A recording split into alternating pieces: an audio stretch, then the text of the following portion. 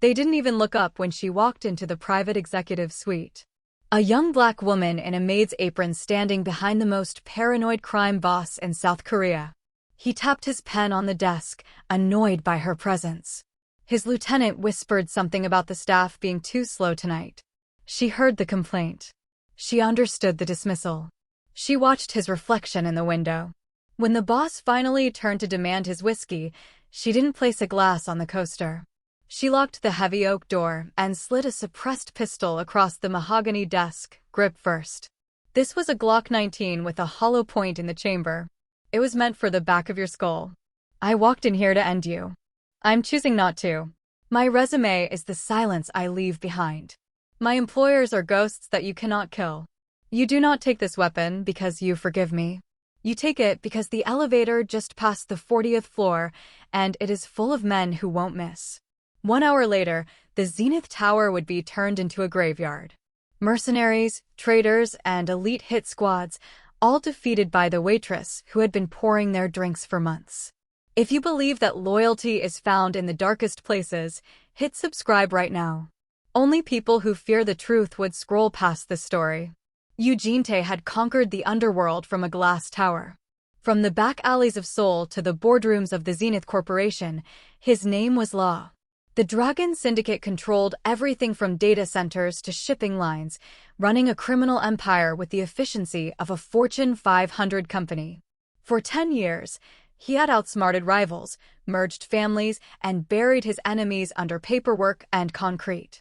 But now, at 35, the king was sitting on a crumbling throne. It began with silence. The phones stopped ringing. The accounts were frozen. Former partners were suddenly unreachable. The city of Seoul looked like a glowing circuit board from the 50th floor of the Zenith Tower.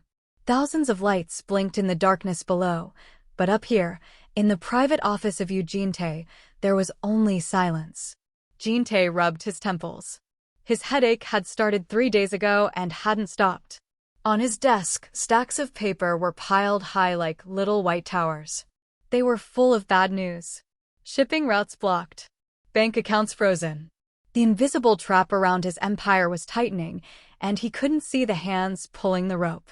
He was the most powerful man in the underworld, but tonight, he felt like a prisoner in his own castle. He looked at the clock on the wall. 10 p.m. Right on time, the heavy oak door creaked open. Eugene Tae didn't look up. He didn't reach for the gun taped under his desk. He knew the rhythm of those footsteps. They were light, steady, and quiet. "Your whiskey, sir," a soft voice said. It was Era. She was the night waitress from the executive lounge. For 6 months, she had been the only person Eugene Tae allowed in his office without a security check. She was young, quiet, and invisible. She wore her black uniform like armor, crisp, clean, and boring. She never asked questions. She never lingered. She was safe. "Leave it on the coaster," Eugene Tae muttered, signing a document that sold off one of his companies. He heard the glass clink against the coaster. He smelled the sharp scent of expensive scotch. Usually, this was the moment she would bow and back out of the room, leaving him alone with his problems. But tonight, the footsteps didn't retreat. Eugene Tae paused. His pen stopped moving on the paper. The air in the room seemed to get heavier, charged with a strange electricity. Click. The sound was small, but in the quiet office, it sounded like a gunshot. It was the sound of the heavy brass lock on the office door sliding into place. Eugene Tae's heart skipped a beat. He slowly lifted his head. Era wasn't standing by the door. She was standing right in front of his desk. Her hands were empty. The silver tray was set aside on a chair. Her face, usually blank and polite, was different now. The shy look was gone. Her eyes were sharp, focused, and cold. She didn't look like a waitress anymore. She looked like a soldier. "Era," Eugene Tae said, his voice low and dangerous. "What are you doing?" She didn't flinch. She didn't apologize. She just looked at him with a terrifying calmness. "The drink isn't for tonight, Eugene Tae," she said. Her voice had changed, too. It wasn't soft anymore. It was hard. "And my name isn't Era." Eugene Tae's hand drifted toward the edge of the desk, inches away from his hidden weapon. "Don't," she said. She didn't shout, but the command stopped him cold. If I wanted you dead, you would have swallowed poison 5 minutes ago. She reached into the front pocket of her white apron. Jean-Tay tensed, his muscles tight, ready to flip the desk and fight for his life. But she didn't pull out a knife. She didn't pull out a wire. She pulled out a gun. And she didn't point it at him. Jean-Tay stared at the gun. It was black, sleek, and had a long silencer screwed onto the end. It looked small in her hand, but he knew exactly what it could do. "Who sent you?" he asked, his voice rough. He didn't move his hands from the desk. "That doesn't matter anymore," Era replied. She took a step closer. "What matters is what I've seen in this office for the last 6 months. Jean-Tay frowned. "You've seen me sign papers. You've seen me drink." "I've seen more than that," she said quietly. "I saw you turn down the deal with the Red Dragons because they sell women. I saw you pay for your driver's surgery when his insurance wouldn't cover it. I saw you sit here alone on your birthday, eating takeout, because you don't trust anyone enough to celebrate with you." Jean-Tay felt a cold shiver. She wasn't just a waitress. She was a spy. She had been watching him when he thought he was invisible. "So what?" he snapped, trying to sound tough. "You think I'm a saint?" "I'm a criminal, Era. Or whatever your name is." "My name is Kim," she said. "And I know what you are. You're a killer. But you have rules. The people who sent me, they don't have rules. They want your territory, and they will burn this whole city to get it." She looked down at the gun in her hand. For a second, she looked tired. Not physically tired, but deep down in her soul tired. "I was supposed to put a bullet in your head at 10 p.m., she confessed. "But I can't do it. Not for them. And not to you." Jean-Tay's mind was racing. Was this a trick? Was she trying to get him to lower his guard so she could stab him? Was there a sniper outside the window waiting for him to stand up? He gripped the edge of his desk so hard his knuckles turned white. "Why are you telling me this?" he demanded. "Just leave. Go." "I can't leave," Kim said. "If I walk out that door without killing you, they kill me. And then they send the B team to kill you anyway." She took a deep breath. Then, she did the impossible. She flipped the gun in her hand. She held it by the barrel, offering the handle to him. She walked right up to his desk and held it out. "Take it," she said. Her eyes locked onto his. "If you don't trust me, use it. Shoot me right now." It's silenced. No one will hear. Jean-Tay stared at the weapon. It was right there. He could grab it in a second. He could end the threat. It was what he should do. It was what a smart boss would do. But he looked at her face. There was no fear. Just a strange, calm waiting. She was betting her life that he wasn't a monster. He slowly reached out. His fingers brushed against her palm as he took the gun. It was heavy and warm. He held it, feeling the weight of her trust. "Is this a trap?" he whispered, checking the safety.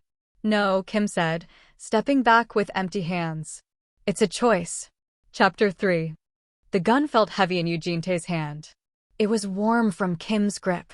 For a long, silent moment, the only sound in the office was the ticking clock on the wall. Jean-Tay stared at the weapon, then at the woman standing before him. She wasn't trembling. She wasn't begging. She was waiting for him to decide if she lived or died. Then, the world ended. With a loud thud, the power to the Zenith Tower died.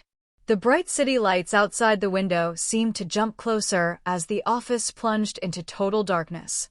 The hum of the air conditioning stopped. The computer screens went black. For a second, there was nothing but the sound of their breathing.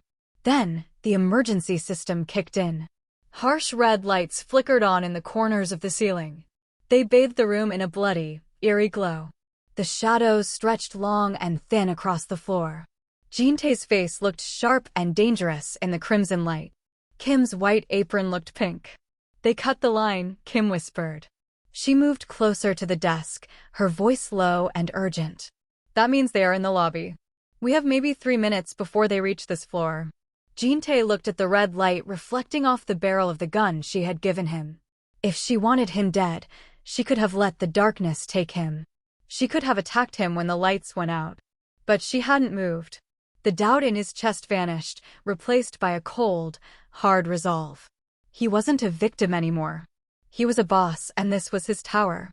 "How many?" Jean-Tay asked. His voice was steady now. The fear was gone.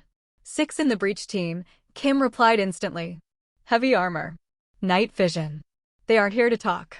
Jin-tae pressed the magazine release on the gun. The clip slid out smoothly into his hand. He checked the bullets. Gold rounds glinted in the red light. It was full. She had given him a fully loaded weapon. She had given him a fighting chance. He slammed the magazine back in with a sharp click. He pulled back the slide to check the chamber. A bullet was ready to fire. He looked up at Kim. You know the layout of this floor? Better than the janitor, she said. She reached into her apron again and pulled out a second spare magazine, sliding it across the desk to him. But they have the blueprints too. Jin-tae grabbed the spare ammo and shoved it into his suit pocket. He walked around the desk, stepping into the open. He stood next to her, looking at the heavy oak door. He raised the gun, holding it with both hands, his posture perfect and lethal. He wasn't looking at a waitress anymore. He was looking at a partner. Okay, Kim, he said, his eyes locking onto hers in the red gloom. You lead. I shoot. Kim nodded once. It was a sharp, professional movement. She moved to the side of the door, listening to the silence of the hallway beyond. Get ready, she whispered. War is coming up the elevator. The heavy oak door didn't open. It exploded. A deafening boom shook the office, sending splinters of expensive wood flying through the red air like shrapnel. Smoke billowed into the room, thick and gray. Through the haze, 3 dark figures stormed in. They wore black tactical gear, helmets, and night vision goggles that glowed like green insect eyes. They moved in perfect unison, rifles raised. They expected a terrified businessman cowering under his desk. They didn't expect a mafia boss waiting for them. Jin-tae didn't hesitate. He stood his ground behind the heavy mahogany desk and squeezed the trigger. Pop pop. The silenced gun coughed twice. The lead attacker jerked backward, 2 holes appearing in his chest armor. He crumbled to the floor before he could even aim. Contact front, one of the men shouted, his voice distorted by a mask. The other 2 swung their rifles toward the desk, unleashing a hail of bullets. Papers flew into the air like confetti. Wood chips rained down. Jin-tae ducked, feeling the heat of the bullets passing inches above his head. While Jin-tae drew their fire, Kim moved. She didn't run, she flowed. She stayed low to the ground, sliding across the polished floor in her waitress shoes. She looked like a shadow in the red light. She appeared on the flank of the second attacker before he even saw her. She didn't have a gun, so she used speed. She grabbed the barrel of his rifle with one hand and slammed her palm into his throat with the other. The man choked, stumbling back. Kim didn't stop. She spun behind him, using his body as a shield just as the third man fired. Bullets hit the second man's vest, knocking him winded. Kim shoved the stunned man into his partner, tangling them together in a mess of limbs and gear. Now, she screamed. Jin-tae popped up from behind the desk. He didn't aim wildly. He fired with the cold, brutal precision that had built his empire. One shot took the third man in the leg, dropping him. Another shot finished the job. Kim finished the second man with a sharp, efficient strike to the temple using a heavy marble paperweight she had grabbed from a side table. He went limp. Silence returned to the office, broken only by the ringing in Jin-tae's ears. Clear, Kim said, breathing hard but standing tall. She bent down and stripped a rifle and a pistol from one of the fallen men.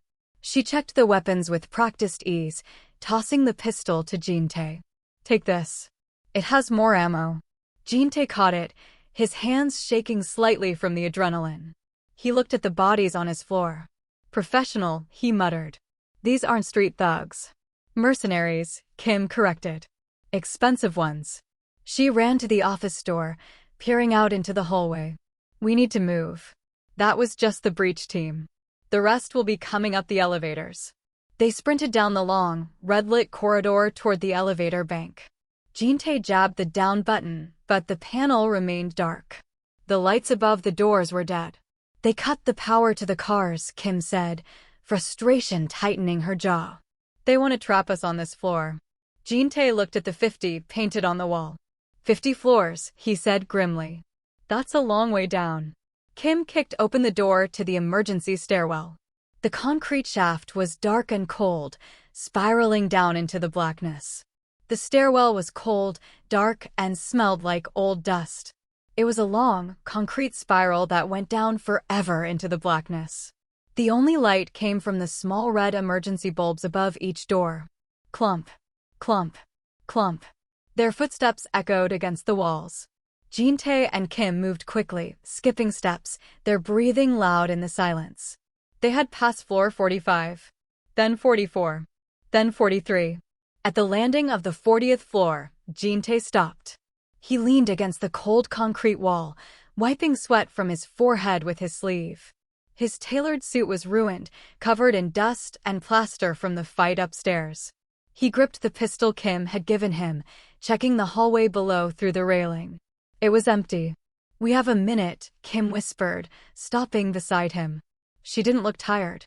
She looked alert, her eyes scanning the shadows above and below them. Jin-tae looked at her.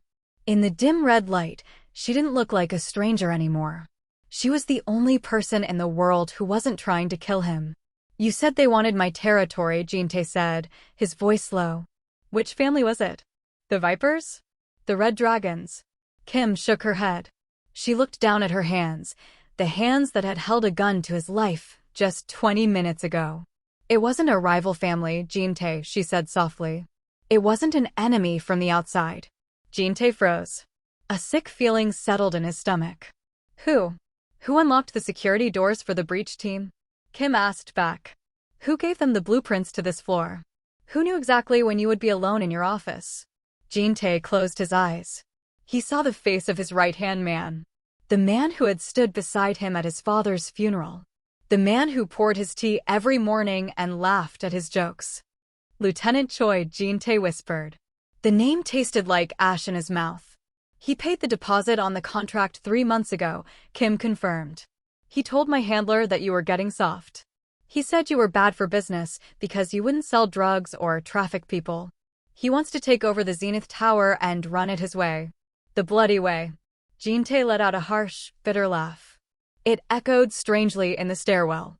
"I built this empire to protect my people.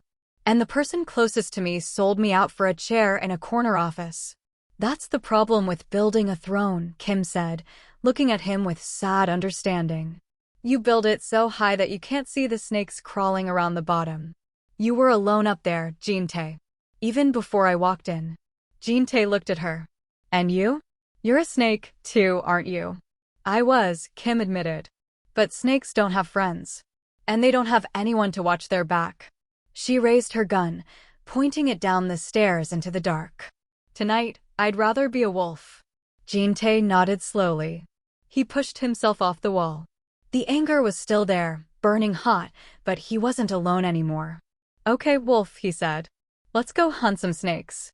"Stop," Jin-tae hissed, grabbing the railing of the stairwell. He pointed to the heavy metal door painted with the number 30. "We have to go in there." Kim wiped a streak of soot from her cheek. "We need to get to the ground floor, Jin-tae. The lobby is the only way out." "Why stop here?" "Because this is the server room," Jin-tae said, his eyes hard. "My life is in the office upstairs, but my empire is in there. All the records. All the money. All the dirty secrets." He didn't wait for her to argue. He pushed the door open. The air inside floor 30 was freezing cold. Rows and rows of tall black computer towers hummed loudly, their little blue lights blinking in the dark. It looked like a city of machines. In the center of the room, 3 mercenaries were standing around a glowing terminal. "Download at 80%, one of them said into his radio. "We have the ledger." Jin-tae felt a surge of cold rage. They weren't just here to kill him. They were here to steal everything he had built. Lieutenant Choi wanted to take the keys to the kingdom before he buried the king. Kim moved first. She slid behind a row of servers, using the noise of the fans to hide her footsteps. She signaled to Jin-tae, "You take right, I take left." Jin-tae nodded. He stepped out from behind a rack and raised his stolen rifle. "Hey!" he shouted. The mercenaries spun around, surprised. Before they could lift their weapons, Jin-tae fired. The noise was deafening in the enclosed space. One man fell. Kim popped up from the other side, her pistol barking twice. The second man dropped. The third man, The tech guy at the computer scrambled for cover behind the desk. He pulled a grenade from his belt, but he fumbled it. Kim was on him in a second, kicking the weapon away and knocking him out with the butt of her gun. Silence returned to the room, except for the hum of the computers and the beep, beep, beep of the terminal. Jin-tae walked over to the screen. A green bar was slowly filling up. 90% complete. It was the black ledger. Every bribe, every contact, every bank account. We can cancel it, Kim said, reaching for the keyboard. We can save the files and wipe the copy. Jin-tae stared at the screen. He thought about the lieutenant who betrayed him. He thought about the years he spent building this mountain of secrets. If he saved it, he would still be the Mafia boss. He would still be the target. No, Jin-tae said softly. He looked at the grenade the mercenary had dropped. He picked it up. Jin-tae? Kim asked, stepping back. What are you doing? If they want my empire so bad, Jin-tae said, pulling the pin, they can have the ashes. He tossed the grenade right into the open server rack. It clattered against the metal. Run, he yelled. They sprinted back toward the stairwell door. They threw themselves through it just as a massive boom rocked the building. The floor shook beneath their feet. Heat and smoke blasted against the metal door, sealing the secrets of the Zenith Tower in a tomb of fire. Jin-tae stood up, dusting off his suit. He had nothing left now. No money. No leverage. He smiled. Now I'm just a man with a gun. They burst through the stairwell door and stumbled onto the 15th floor. Get down! Kim screamed, shoving Jin-tae behind a row of vending machines. Bullets chewed up the wall above their heads. Glass from the snack machines shattered, raining candy bars and potato chips onto the floor. They were in the employee cafeteria. It was a bright, cheerful room with yellow tables and fake plants, but now it was a war zone. Jin-tae raised his pistol to fire back, but the trigger clicked. Click. Click. I'm dry, he shouted, tossing the useless gun aside. Kim checked her own weapon. Me too. We used everything on the stairs. 3 mercenaries in heavy armor were moving through the dining area, flipping tables and checking corners. They knew their targets were trapped.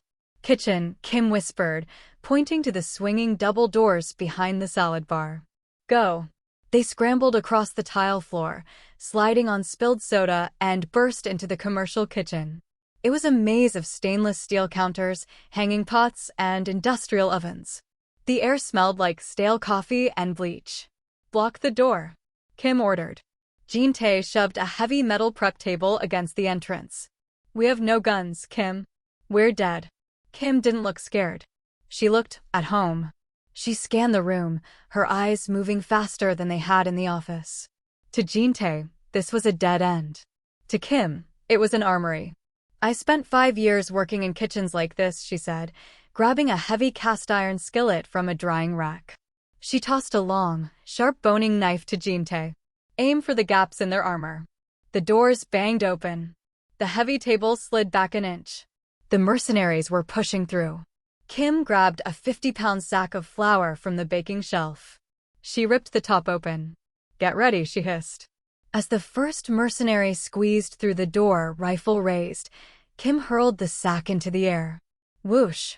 A massive white cloud of flour exploded in the room.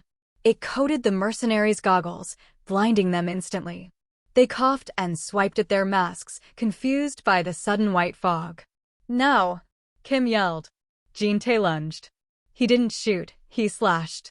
He drove the knife into the unprotected spot under the first man's arm. The man groaned and dropped his rifle. Kim moved like a dancer. She swung the heavy skillet with both hands. Clang. The cast iron connected with the second man's helmet, ringing like a gong. He crumbled to the floor, unconscious. The third man wiped his goggles and raised his weapon, aiming blindly through the white dust. Kim didn't hesitate. She grabbed a pot of hot coffee that had been left on the burner. She splashed it right into his face. He screamed, dropping his gun to claw at his burning skin. Jin-tae stepped in and finished him with a solid punch to the jaw. Silence fell over the kitchen. The only sound was the drip of coffee and the settling of flour dust. Jin-tae stood panting, covered in white powder. He looked at the unconscious men, then at the frying pan in Kim's hand. "Remind me," he wheezed, "never to complain about the service." Kim wiped flour from her forehead and picked up a rifle from the floor. "Order up," she said. "Let's go." The stairwell finally ended. Jin-tae's legs burned, and his lungs felt like they were filled with sand. Kim pushed open the heavy steel door marked lobby, and they stepped out into the vast, open space of the Zenith Tower's ground floor. It was usually a place of busy people and echoing footsteps. Tonight, it was a tomb. The emergency red lights didn't reach down here. Instead, massive portable floodlights had been set up, bathing the white marble floor in blinding white light. It was an arena, and they had just walked into the center of it. "Welcome down," a smooth voice called out. Standing in the middle of the lobby, blocking the path to the glass exit doors, was a man. He wasn't wearing tactical gear.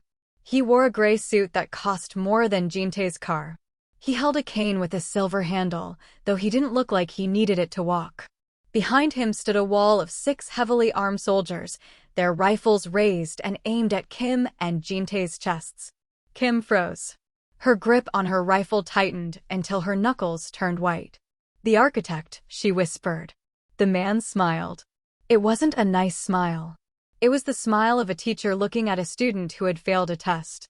He tapped his cane on the marble floor. "I am disappointed, Lotus," the architect said, his voice echoing off the high glass walls. "You were my best tool. Sharp, quiet, deadly. And now look at you." He gestured at her flour-covered uniform and the Mafia boss standing beside her, covered in dust, protecting a dead man. "I'm not a tool," Kim said, stepping in front of Jin-tae. "And I'm not your Lotus anymore." The architect laughed. It was a dry, scratching sound. "Oh, please. Don't tell me you developed a conscience. Or is it something more pathetic?" He took a step closer, his eyes gleaming with mockery. "Did you fall in love with the mark, Kim? Did the poor little waitress look at the big, strong crime boss and decide she wanted to be a queen instead of a killer?" Jin-tae felt a flash of anger. He looked at Kim. Her face was stone, but he saw a flicker of pain in her eyes. The architect knew exactly where to hit her. He wasn't using bullets, he was using shame. "It has nothing to do with him," Kim said, her voice shaking slightly. "It has to do with me. I choose who dies tonight. Not you." "You choose nothing," the architect spat, his smile vanishing. "You are a defective product. And defective products get scrapped." He raised his hand. The 6 soldiers behind him clicked the safeties off their rifles. The sound was like 100 cracking knuckles in the silent lobby. Jin-tae stepped up beside Kim. He didn't have a weapon, just the boning knife from the kitchen. It was useless against assault rifles, but he wouldn't let her stand alone. "She's not a product," Jin-tae said, staring the architect in the eye. "She's the woman who just dismantled your entire team." The architect looked at Jin-tae with bored eyes. "And you," he sighed. "You're just the loose end." He dropped his hand. "Kill them both." The lobby exploded with noise. It wasn't the clean pop of a silenced pistol anymore. It was the roar of assault rifles. "Move," Kim screamed, shoving Jin-tae behind a thick marble pillar. Bullets chipped away at the stone, sending white dust flying into the air. Kim didn't hide. She rolled across the floor, firing the rifle she had taken from the kitchen. She was a blur of motion. 2 of the architect's soldiers dropped. Then a third. She was winning. She was actually winning. But there were too many of them. As Kim stood up to aim at the 4th soldier, a single shot rang out from the center of the room. It didn't come from a soldier. It came from the architect's silver revolver. Kim gasped. Her rifle clattered to the floor. She grabbed her shoulder, where a dark stain was spreading fast over her white apron. Her legs gave out, and she collapsed onto the cold marble. "No!" Jin-tae shouted, starting to move from behind the pillar. "Stay back!" Kim wheezed, trying to crawl toward her weapon. The remaining soldiers held their fire. The architect held up a hand, signaling them to stop. He walked slowly toward Kim, his cane tapping rhythmically on the floor. Tap, tap, tap. He stopped right above her. He looked down with a sneer of absolute disgust. "I told you, Lotus," the architect said, aiming his revolver at her head. "Defective products get scrapped." Kim looked up at him, her eyes defiant even as she bled. She didn't beg. She just glared. The architect pulled back the hammer of his gun. Click. Goodbye, Kim. He didn't look at Jean-Tae. To the architect, Jean-Tae was just a suit. A businessman. A coward hiding behind a pillar. He was a loose end that could be tied up later. That was his mistake. Jean-Tae stepped out from the shadows. His hands were steady. He wasn't holding a knife anymore. He was holding the black, silenced Glock 19 that Kim had given him in the office hours ago. The gun he had thought was empty. He had checked the magazine in the stairwell. There was one bullet left. One gold round nestled in the chamber. Hey! Jean-Tae shouted. The architect turned his head, annoyed. What do you want, you little? Jean-Tae didn't let him finish. He didn't make a speech. He didn't hesitate. He raised the gun and squeezed the trigger. Phut. The silenced shot was barely a whisper compared to the rifles. But it hit with the force of a sledgehammer. The bullet struck the architect squarely in the chest. The silver revolver flew from his hand. He looked down at the hole in his expensive suit, his eyes wide with shock. He couldn't believe it. He had been killed by the man he ignored. The architect fell backward, crashing onto the marble floor. He didn't move again. The remaining soldiers looked at their dead boss, then at the furious Mafia king standing over him with a smoking gun. They looked at each other, dropped their weapons, and ran for the exit. Jean-Tae didn't chase them. He dropped the empty gun and fell to his knees beside Kim. You missed the head, Kim whispered, a weak smile on her face. He stopped moving, Jean-Tae replied, pressing his hands against her wound. That's good enough for me. The silence in the lobby was heavier than the gunfire. The architect lay still on the marble floor, his silver cane rolled a few feet away. The threat was gone. Jean-Tae tore a long strip of cloth from his ruined white shirt. He tied it tight around Kim's shoulder to stop the bleeding. She gritted her teeth and hissed in pain, but she didn't cry out. She was tough. Tougher than any soldier he had ever hired. Can you walk? Jean-Tae asked, offering her his hand. Kim grabbed his arm and pulled herself up. She swayed for a second, then found her balance. I walked down 50 floors, she said, her voice weak but steady. I can walk out the front door. They limped past the broken glass and the scattered shell casings. They walked past the body of the man who had tried to play God with their lives. He looked small now, just a man in a gray suit who had made a bad bet. They pushed open the shattered front doors of the Zenith Tower and stepped out into the night. The air was cold and sharp. It felt good against their sweaty, bruised skin. In the distance, the wail of police sirens grew louder. Red and blue lights flashed against the skyscrapers a few blocks away. The world was coming back to normal. The police were coming to clean up the mess, but the war was already over. Jean-Tae stopped at the bottom of the concrete stairs. He looked down at his hand. He was still holding the black Glock 19. It was light now, empty of bullets. It was the weapon that was supposed to end his life. Instead, it was the only reason he was still breathing. He turned to Kim. She was leaning against a stone planter, holding her injured shoulder. She watched him with tired, wary eyes. She looked like she was waiting for him to tell her to run. To disappear back into the shadows before the cops arrived. Jean-Tae didn't tell her to run. He flipped the gun in his hand, holding it by the barrel just like she had done in his office hours ago. He held the handle out to her. Take it, he said. Kim looked at the gun, then at him. She frowned. It's empty, Jean-Tae. Then reload it, he replied calmly. You're going to need it. For what? She asked. My lieutenant is gone, Jean-Tae said, looking toward the approaching sirens. And my security team is either dead or useless. I have an opening for a head of security. The pay is excellent. And I promise I will never make you wear an apron again. Kim stared at the weapon. Then she looked up at his bruised, dirty face. A small, real smile broke through the pain and exhaustion. She reached out with her good hand and took the gun. It wasn't a threat anymore. It was a badge. I'll take the job, she said, sliding the gun into her pocket. But I'm asking for a raise. Jean-Tae laughed. It was a short, rough sound, but it felt good. Deal. Side by side, the Mafia boss and his new protector turned to face the flashing lights, ready for whatever came next.